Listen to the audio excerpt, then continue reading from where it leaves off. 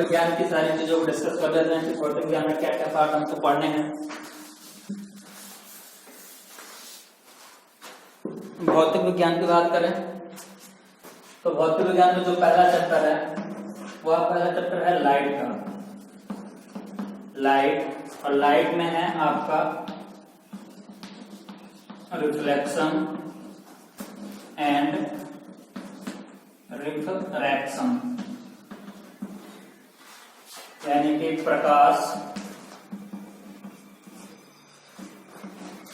परावर्तन एवं अपवर्तन। ये पहला चैप्टर है। हम सबसे पहले लाइट के बारे में डिस्कस करने वाले हैं। लाइट होता क्या है, जिसकी सहायता से हम वस्तुओं को देख पाते हैं, वह है लाइट। सोर्स ऑफ एनर्जी है, सोर्स ऑफ एनर्जी जो सन के रूप में हमको मिलती है। सन हमको देता है सारी लाइटें और वह ऊर्जा का सबसे बड़ा स्रोत है। तो लाइट के बारे में पढ़ेंगे, लाइट होती क्या चीज है, लाइट से हमें क्या क्या फायदे हैं और लाइट की क्रियाएं। क्रियाओं में सबसे मुख्यतः परावर्तन पढ़ेंगे और अपवर्तन पढ़ेंगे। परावर्तन बेसिकली होता क्या है, जब कोई भी प्रकाश की किरण आ रही होती कहीं से और आने के बाद कहीं से उसको सरफेस मिल जाता है, चिकना सरफेस, तो यह इस चिकने सरफेस से टकराने के बाद मुड़ जाती है। और जब प्रकाश की किरण, एक मिनट इसको थोड़ा और अच्छे से बना देते हैं।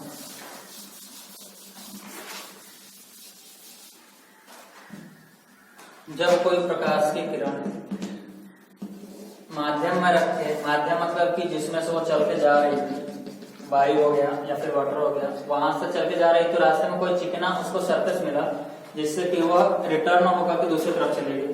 तो ये जो प्रोसेस होती है प्रकाश की, यह प्रकाश की प्रोसेस कहलाती है रिफ्लेक्शन, परावर्तन।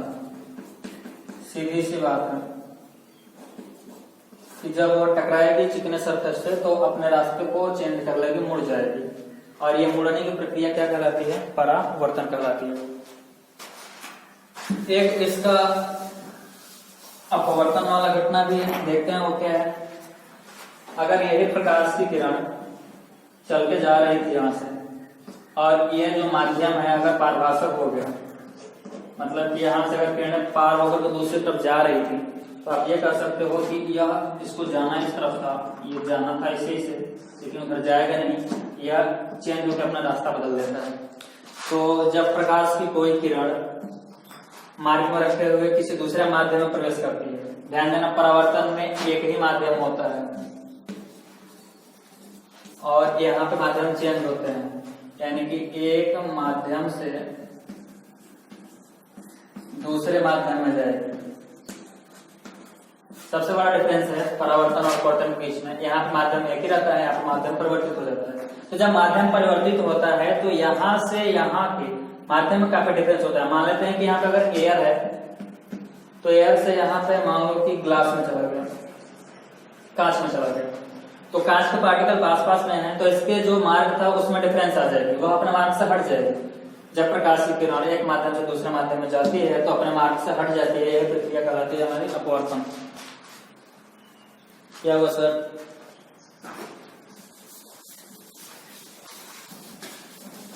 देखते हैं तीसरा, पहला चैप्टर हो गया, सेकंड चैप्टर हो गया। जो चैप्टर नंबर 2 है वो चैप्टर नंबर 2 काफी मजेदार चैप्टर है, वह है human I and colourful world. हम यहाँ पे ह्यूमन के आई को डिस्कस करने वाले हैं। ह्यूमन की आंखें कैसी होती हैं और इसकी प्रॉपर्टीज क्या क्या होती हैं। ह्यूमन की आई होगी, यहाँ पे लेंस होगा, यानी कि ह्यूमन के आई के बारे में सारी चीजें देखना, ये सारी चीजें हम डिस्कस करेंगे। साथ में प्रकाश के कितने कलरफुल एग्जाम्पल दुनिया में है, जैसे कि प्रकीर्णन हो गया, आकाश का नीला दिखाई देना, दूसरा हो गया हीरे का चमकना, ये सारी चीजें हम डिस्कस करेंगे इसमें। और तीसरा पॉइंट हो गया, हो सकता है कि हमारा जो प्रकाश है सूर्य से अपवर्तित हो जाए, सूर्य से आने पर अपवर्तित हो जाए, उसको डिस्कस करेंगे हम लोग। यानी कि इन सारी घटनाओं का अध्ययन करेंगे। वायुमंडल में जितनी भी घटनाएं होती है हमारी, उन सारी घटनाओं का हम अध्ययन करेंगे इस चैप्टर में।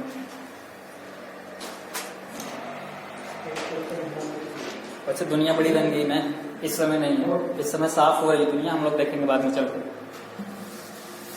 यानी कि ये आंखें अगर सलामत रही, दुनिया सलामत रही, तो इन आंखों को पढ़ेंगे जरूर, और कोरोना के खत्म होने पर हम लोग इस दुनिया को भी देखेंगे जो कि कलरफुल है।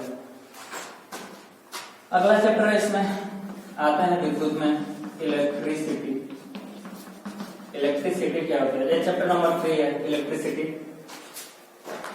इलेक्ट्रिसिटी जैसे आप परिचित हो कि अगर इलेक्ट्रॉनों का प्रवाह हो रहा है, यानी कि अगर आवेश का प्रवाह हो रहा है, तो आवेश के प्रवाह को ही हम लोग इलेक्ट्रिसिटी कहते हैं। यानी कि इलेक्ट्रिसिटी के बारे में हमें अध्ययन करना है। और इलेक्ट्रिसिटी क्या क्या हो सकता है, इसका हम ओम का नियम भी पढ़ेंगे, कूलाम को भी जानेंगे, वोल्ट को भी जानेंगे। यानी कि इलेक्ट्रिसिटी से संबंधित जितनी भी चीजें हैं सबको मैं आप जानेंगे। इसमें कुछ सवालें भी होंगी। अगला जो चैप्टर है, चैप्टर नंबर 4 फिजिक्स के अंतर्गत। इसके अंतर्गत जो चौथा चैप्टर है, वो चौथा चैप्टर है आपका इलेक्ट्रिसिटी से संबंधित है।